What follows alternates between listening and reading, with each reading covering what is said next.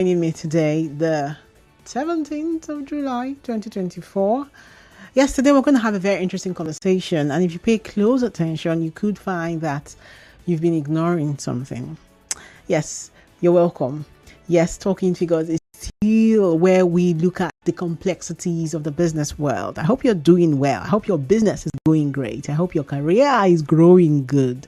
Choma Ezenwafo, that's my name, and I'm your host on Talking Figures. And today, let's turn our business spotlight in the world of human capital development.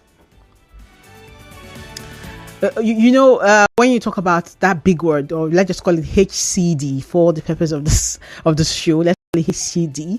And most times when we talk about it, we it looks very like one complex thing, but we're talking skills, talents, and sometimes we say that the biggest resource of a nation, or even Nigeria specifically now, is our human resource. And how much have we explored it? How much have we harnessed this resource that we have, the way we are exploiting, or rather exploring natural resources? How much have we explored human resource? And that's where the human capital development aspect of things come in. So when you think of it towards nation building, you cannot help, right, but think about one question: what is the government doing to build human capacity? What is the government doing to grow human resource in Nigeria? And that's where I went searching, and I found that 2 weeks ago, the federal government revealed that there's actually a human capital development initiative. I said, really? Yeah. They said it was part of efforts to shore up human capital development in Nigeria. And so the federal government is targeting 24 million Nigerians to benefit from this initiative. And it's aimed at improving education, healthcare, skills training across the nation. 24 million. That's what got my attention. And I said, let's bring this to Talking Figures. And let's wonder. So you can wonder with me. And let's also see what let's see where it leads us. How feasible is it? If you say you want to, reach out and grow the talent or the skills and develop the skills and talent of 24 million Nigeria, do not forget, we are 200 million people the last time we counted. Okay? We could be more, remember. We haven't been able to do any census for the past 19 years, right? So if you're saying that you want to reach out to 24 million Nigerians, no, we're talking figures now, right? How feasible is that? How can it become effective? How can we make it implementable? What strategies can make it work? And that's why I went all the way to bring us a human resource, or rather human capital development expert, to join the show, and let's understand it together. And let's see especially what you can do, how, the role that you can play as a business owner or even a professional in your field, in your industry. And let's see how that can, how we can support human capital development for a broader impact on Nigerians' workforce and economy. Yes, it's Talking Figures. And my guest is joining via telephone.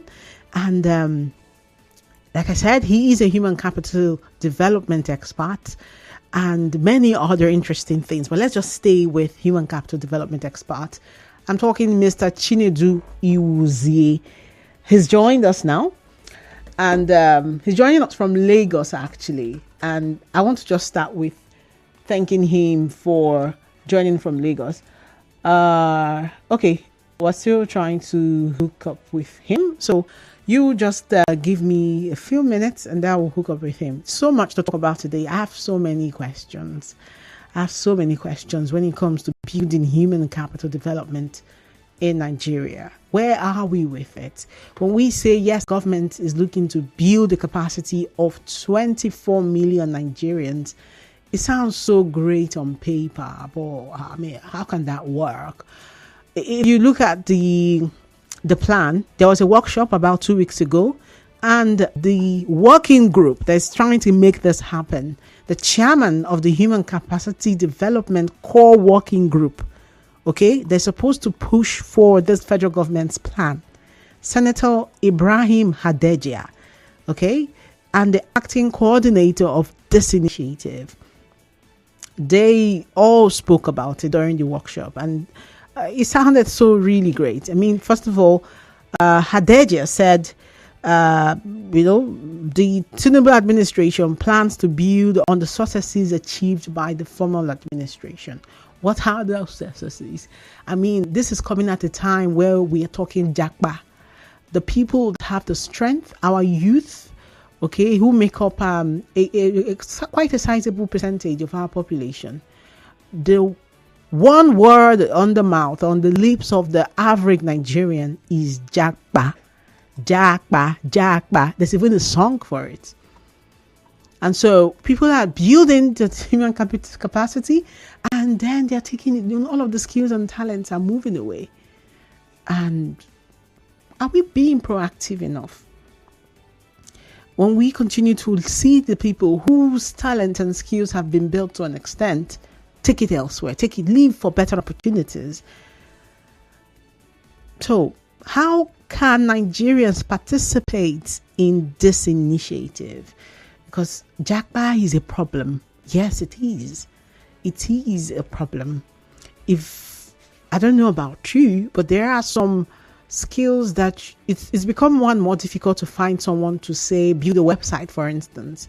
I don't know about you, but I've had quite a hard time finding someone to build me a website. Sometimes you're not even looking for something special with the website, but somehow to find someone who does it so well and delivers so professionally, that's a challenge. I'm sure, as I just mentioned this, you probably have come up with one that you've been racking your head on how to find, even something as simple as an effective personal assistant, someone that is trained, someone that's got the capacity to be effective as a personal assistant. Some of the skills are gradually being watered down because people who are trained for it, people who know how it's done, have somehow jacked bad, or maybe, I don't know. So yeah, it is a problem, and that's why we're talking about it on Talking Figures. Yes, I believe Chinedu Ewuzie he's joined us now. Hello, good afternoon. Yes, thank you so much for joining on short notice. I appreciate it. No problem. Yes. Okay, so how is Lagos today? Let's start with that. Oh, Lagos is fantastic. I think we're having a short break from the rains, and the weather is fantastic, and the sun is out. So we're having a good Wednesday. Sun. We haven't seen sun for days. All we've seen is rain. All we've seen is rain. Lagos, and we've been crying, rain, go away, and it's still there.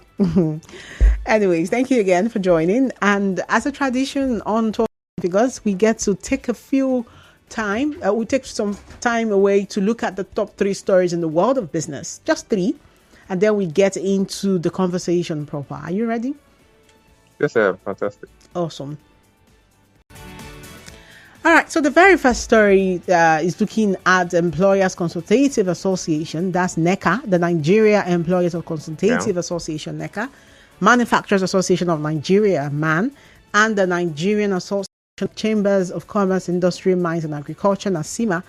They are all blaming what they called the hastily implemented government policy shifts without corresponding plans to mitigate the negative effects of the inception of the present government for the socio-economic crisis confronting the country currently. The way newspapers write, that's another thing.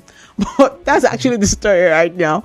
And I'm just going to ask you very quickly, these bodies are like the bodies that are like the umbrella of the key sectors and subsectors of our economy. And if they're saying this, what do you think? Well, I think that's an important point. I think it's for us to recognize the importance of these bodies. Now, typically, these are the bodies whose members either directly or indirectly drive economic development. So such an opinion is quite important. And if they're saying this, it sort of suggests that as well-intentioned as the government may have been, is that they were not carried along. And in not being carried along, automatically you begin to encounter potholes and challenges in the implementation. So I think that there are concerns that they have raised, irrespective of whether we think that they're relevant or not. But I think that such concerns need to be taken into consideration And more importantly, the lesson is for developing and implementing policies that the key stakeholders don't have a share in. I think that's also a red flag that can cause some worry and sort of hamper the effectiveness of the implementation. Okay, now this is great. Let's go on a break. And when we come back, we look at two more stories in the Market Watch, and then we get to the segment that I call Insider Tips, where we're talking about human capital development, which is your forte, isn't it? And then we look at the government's initiative, the plan, the strategies that can work, what businesses can do, and how we can make it all work. It's all for the nation. Yeah, it's Talking Figures on 92.3 Nigeria Info.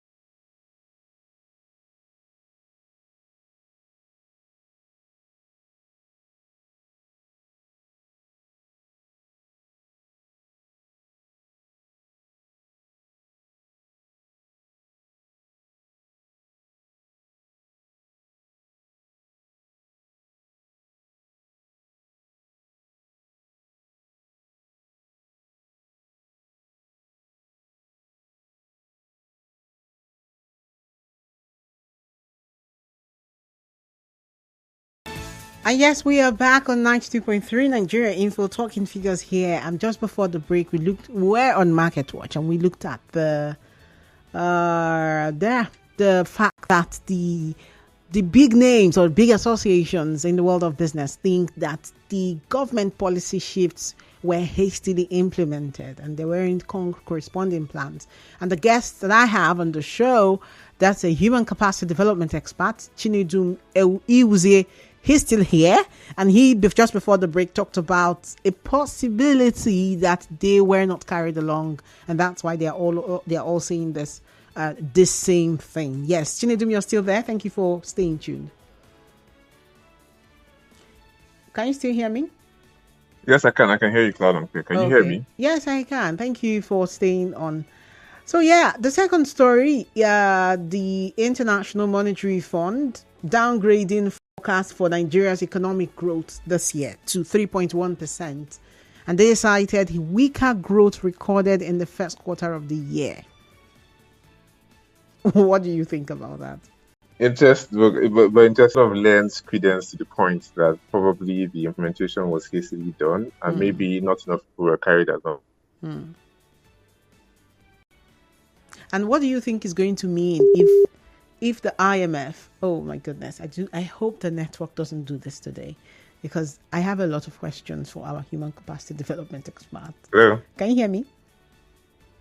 yes, I was saying. So I was saying that I think that this second news article sort of suggests that the first point has a lot of weight, Hmm. because clearly the downgrade suggests that we've not met our potential, and which is exactly what I think the NEC and the NASIMA team are also saying. So, Hmm. I mean, the evidence is clear. However, it's also important to note that the downgrade was not only for Nigeria. Hmm. I think a couple of countries are also downgraded. I think Brazil, and I think even the US also downgraded. So Hmm. it's not a particular problem with our country. What's the implication for us? Does it put us in any compromising position?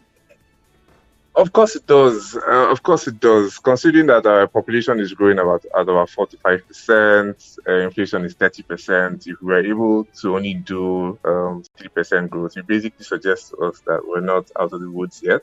Hmm. Um, yeah, exactly. So the likelihood of us seeing, better standard of living has the questions that are being raised about it. So it's not a good sign, Hmm. and we hope that in the next quarter we can see better results. But I think that it's important that we start focusing on results and asking ourselves the question: what are the exact numbers that we should be looking at? And this number has not been so fantastic so far. Hmm. Okay, the third story here has to do with the president writing to the Senate to seeking for consideration and subsequent approval to inject 6.2 trillion into the already 27.5 trillion naira, 2024 budget. What do you think? 6.2 trillion to be injected into 27. Let's do the math now. Let's see. And that means it's going to be 8.9. We're looking at 8.9. When it was 2.7, I understand that we already thought that was the highest we've ever had, if I stand to be corrected. And now we're looking to put in 6.2 trillion. The president is looking to put in 6.2 trillion. And the president is specifically seeking for withdrawal of 3.2 trillion naira from the Consolidated Revenue Fund for capital expenditure. And what do you think about this 2024 budget? Well, see, the key thing is what's the impact, right? So we can call numbers, right? And I mean, and if the government is sure that these numbers that we're calling and we're adding is bringing results, then fine. So if, for example, we take 6, 7, 8, 9, 10, 12 trillion and we see a 10% increase in GDP, then we're all happy. So the point is not so much about the amount of money taken. The key point is what's the impact. And I think that's where the NECA and ASIMA guys are going. What's the impact of these things that we're doing? So if we're not seeing the impact, then all the money you're taking it's as well intentioned as you are, we begin to ask questions about how relevant it is. So let's not get caught up with numbers. Let's get caught up with the impact and the outputs. Okay. So that's one place we should all keep our eyes on. Outcome. Definitely. Output outcomes. Let's start measuring the GDP. Let's start measuring inflation. Let's look at, at the end of the day, our lives better because of all this amount of money that's being spent and all this activity that we're all moving towards. Okay. So they want to take out 3 trillion, add 3.2 trillion. At the end of the day, we're looking at a 33.7 trillion budget. That's the increase. Our budget size is going to increase to 33.7 trillion. Like you said, output, it should be our focus. And that's a good way to end the segment of Talking Figures Market Watch. And now it's time for Insider Tips. And yes, on the Insider Tips, like I said earlier, we're looking at human capacity development because the government is looking to start an initiative that they are hoping would reach 24 million people. The government's initiative and its scope is what I cannot help but think about. 24 million citizens. The focus area: education, healthcare, skills training, the targeted outcome to reduce poverty, to grow the economy. How can we make it work? Can it? Should it? Can we?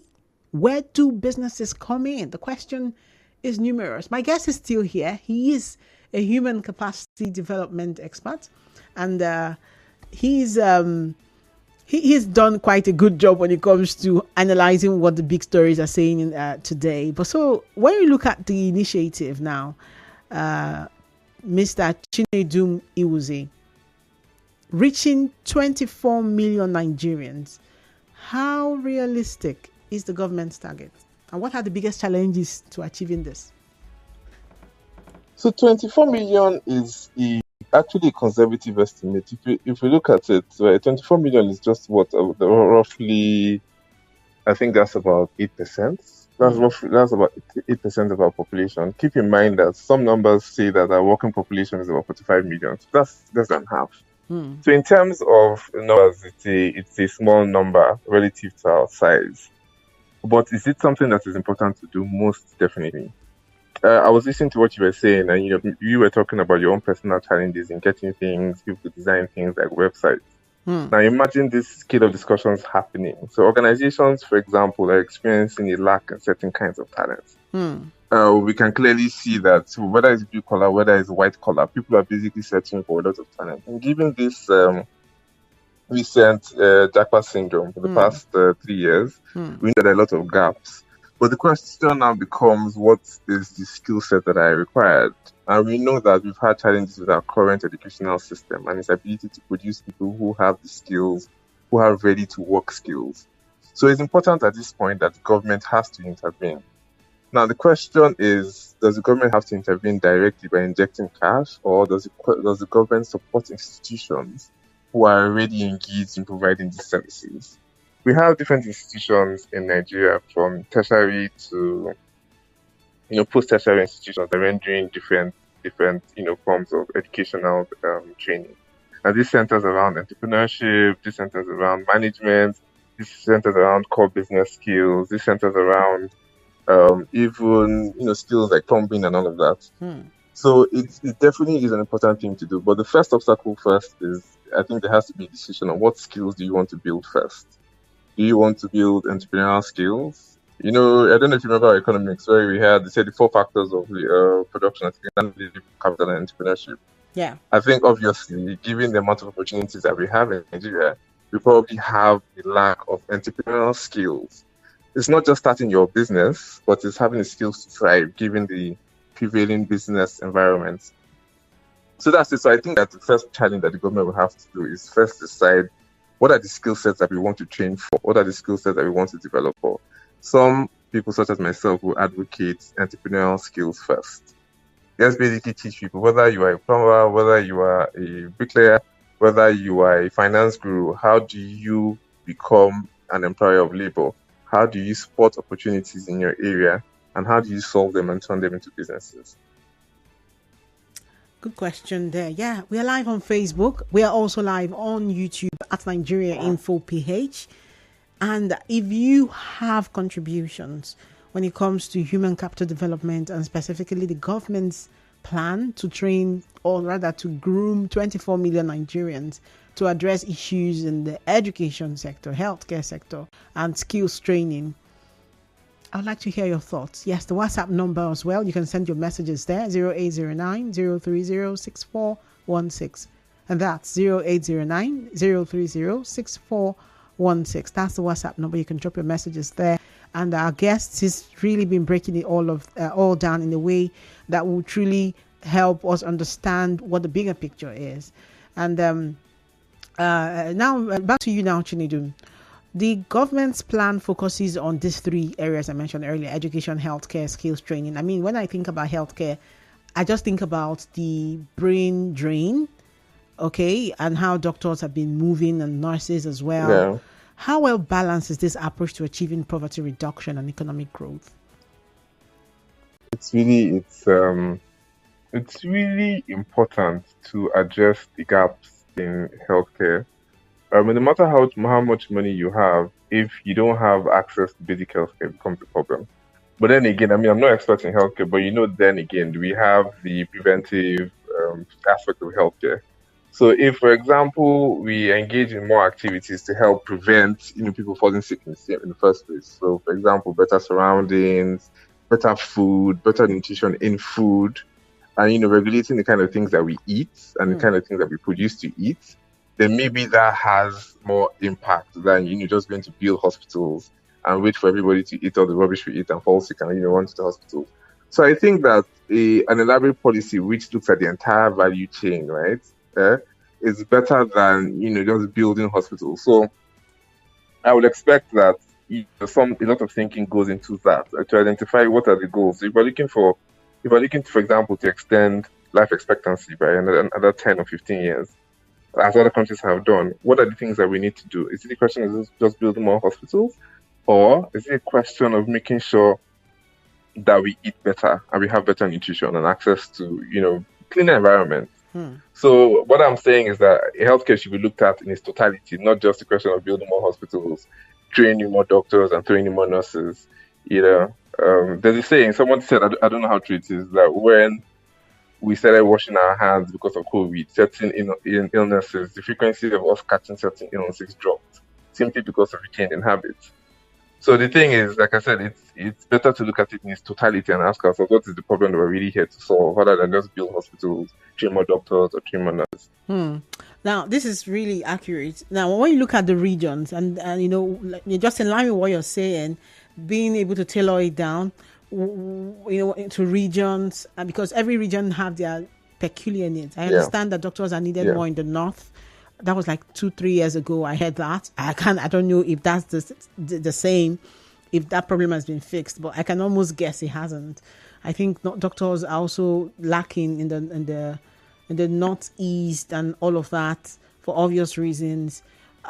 How can the government's plan be tailored to address specific needs? Just in line with what you were saying, in terms of regions and the demographics. When you say that it should be holistic, can it also, while being holistic, be specific? How can that work? So the first thing is research. The first thing, any advanced country, before you even come up with any policy to implement, there's research to suggest, suggest and identify the peculiarities of the different geographic areas. It's like producing a product. You want to be sure who's going to consume it. Developing a policy or injecting funds, you need to be sure who are the people, what are the different areas. Like you mentioned, you're giving a general categorization of the north, but you might find out that it might just be a center of the north. It might be northeast, northwest, south might have a different need, southeast might have a different need.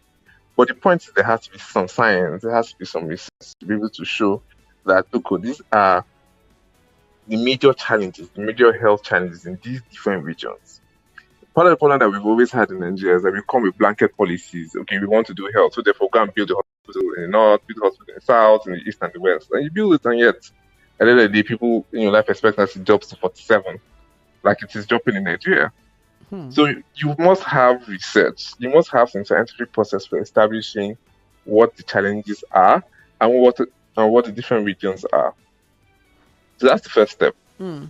I think in the past year, like in recent years, there's been this focus on skills training. More and more people looking to even get digital skills. How can the government ensure that the skills being taught are aligned with the current and future needs of the job market? You've just said it, by exactly asking what are the future and the current needs of the market. By asking the market, and every discussion that we've had today really points to the government want in, gap in carrying along stakeholders. So NECA, for example, has made a point. We engaged NECA to identify what are the necessary skill sets that they need to grow.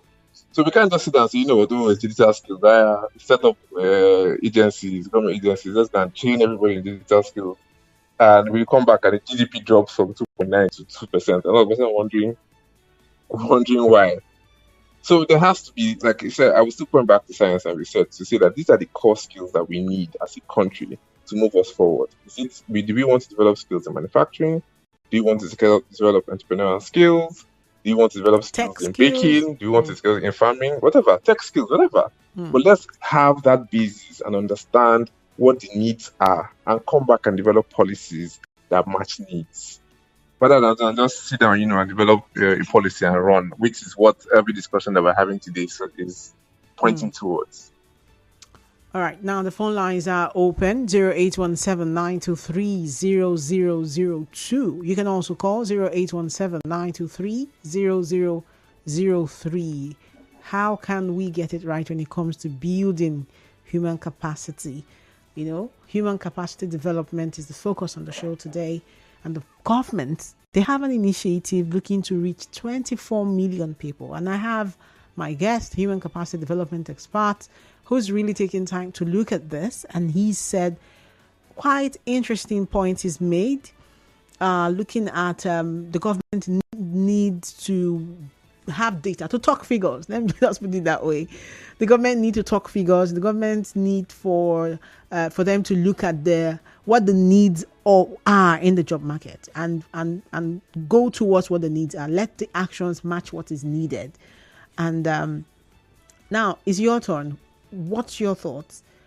Do you even have you experienced that lacuna in finding the right people to fit into right offices? Let's say for your business. I mentioned earlier about finding people to build websites that work and can function. And then finding personal assistants. Don't even get me started with medical doctors. Someone told me the other day, whatever you do, do not fall sick. I don't know what that means. I'll leave you to figure that out yourself. Maybe because the ones that have the talent, the skill, the trained ones have all jackpot. I don't know. We cannot tell. Whatever you do, not fall sick is what I hear people constantly say to me. And I hope they are wrong.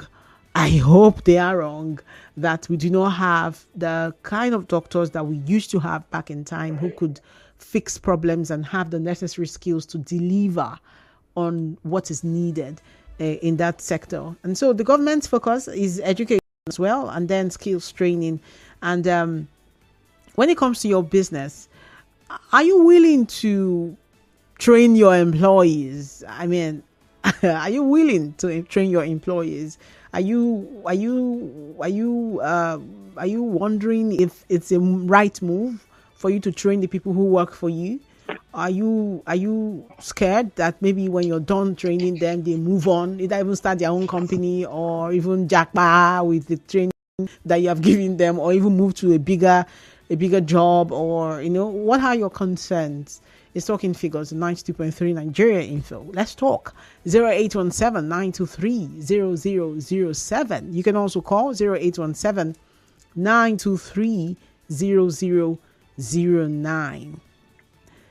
Jackpot is not an option. We've all agreed it is a syndrome.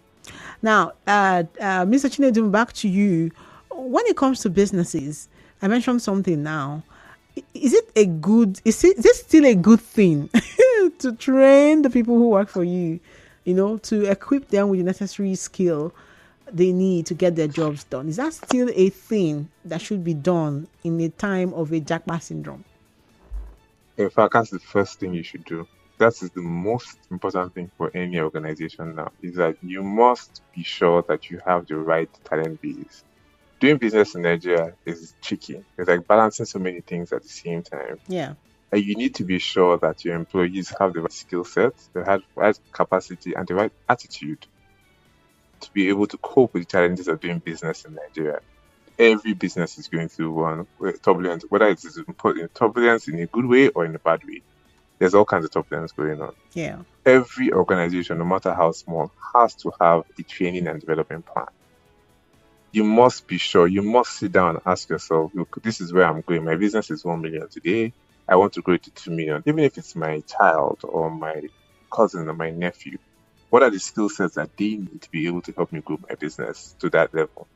Is it marketing? Is it sales? Is it human resources? Is it leadership? What are the skills? No matter how small your company is, no matter how big. And once you identify the gap, first identify where you're going as a business, identify the skill sets that you require to take you there. Like I said, whether it's sales, marketing, operations, whatever. Third question you need to do an assessment of is the team you have, whether it is you and your wife, whether it is you, your son, whether it is your employee, your cousin, your whoever. What are the skill sets that they have relative to the skill sets that are required? What is the gap? Based on that gap, what do I need to teach them? Do I need to sponsor courses, 5,000, 4,000 courses online? Do I need to get them a mentor? Do I need to get a coach? Do I need to send them to more expensive places, Lagos Business School, Harvard, wherever it is? But if you don't have a plan right now for your talent or your leadership or your manpower or your human resource, you're paying with fire. You're definitely paying with fire. It's the only way to cope in the business creating business environment in Nigeria. So it's super important. It's in fact the most important thing that you need to be doing right now. Now, when you look at what the government is looking to do and what you just said, how can businesses complement government's action towards human capital development? Can a public-private partnership thing work? How can that work? Of course. And I think that's why I was saying that the question is government. The government doesn't necessarily have to do it itself. You can, for example, just even give tax breaks on training. So if, for example, you say a company does a so amount of training and then development, you give them a larger tax break than they're enjoying now. Or you can set up a training institute. You can say, you know what, I will support businesses to come together to train people on website development. I can give you the land, I can give you the approval, and you can do that. Or you can even you can do the PPP like you mentioned. People can set up businesses, so the government can give you a license. You can set up businesses, and in 25 years you can hand it over back to the government. So there are many models. I really don't think that the government has to spend money directly, but I think the government can create the enabling environment where such things happen. You know, there's a saying, there's a question. It says, if you train what happens if you train your staff and they leave? But what happens if you don't train them and they stay? That's lose even money. More risky for you to have. You lose money. Exactly. So even if they leave, at least they contribute to the general economy. Exactly. Right? So and because go ahead. Yes, and exactly because you've actually mapped out what you want to achieve in your organization, even if it's your family unit, even if it's your church, you've mapped out what you want to achieve, right? And you're building a competence, you're likely to see impact, right, on your organization, your church, your family, because it's the training need you've identified and the training you're executing is tied to a goal. You're not just training for the sake of training. Yes, and you're training because you need to take advantage of an opportunity or mitigate a risk. Interesting. Now, are there success stories that you can tell us about? You know, maybe in other countries where what you just suggested has actually worked. Do we have countries? I mean, we don't need to go far. I mean, even in Nigeria, you find that the more successful companies are succeeding because of what they do. Don't forget, some of these big companies, some of these big companies, you look at their products, it's toothpaste. It's the same toothpaste that the big and the small companies selling. The fundamental difference is the quality of staff. And the quality of staff and the kind of people they hire, from the kind of trainings that they go through. And the thing is that employees are more, such as myself, are more attracted to companies that have better training and development plans. So there's a thought process. You'll be more comfortable going to a company that has thought about you and has a training plan for you, as against somebody who doesn't even have a training plan and just wants you to bring in large numbers. You get? So, there are many companies in Nigeria who have very elaborate training plans and, invest a lot in their people. And you go to the annual reports, you see them. I don't want to promote any business, so I'm avoiding calling names, but I can assure you that if you see any big business you see thriving is doing so because it's investing in the human capital. Interesting. That I can assure you of. Interesting. Now let's go to WhatsApp messages. I have one here from Bright now from Woji. He says, our good and experienced health practitioners are not in the country anymore. So I agree for nobody to fall sick. My friend read zoology, but he works in a bank. The Nigerian environment is very derailing. That's Bright's message. Send that in from Woji. I also have another one here. It says, Chinedu's economic policies are disaster for businesses and even to human lives. Nobody can defend that, no matter how you are. That Ogu Ojon justice. Thank you for your messages. The phone lines are still open. 0817-923-0002. 0817-923-0003. Yeah, I would love to hear from you. What do you think? Is it a good idea for you to go on and train people and they leave? You train them, they leave. It's so painful, Chinedu. It's easier to say these things until it happens to you. Has it ever happened to you? That you train people, they leave. You train them, they leave. Now, what do you say to businesses that are still foot dragging on this, sleeping on HCD? Final thoughts. Well, I would just say that you're putting the final nails in your coffin.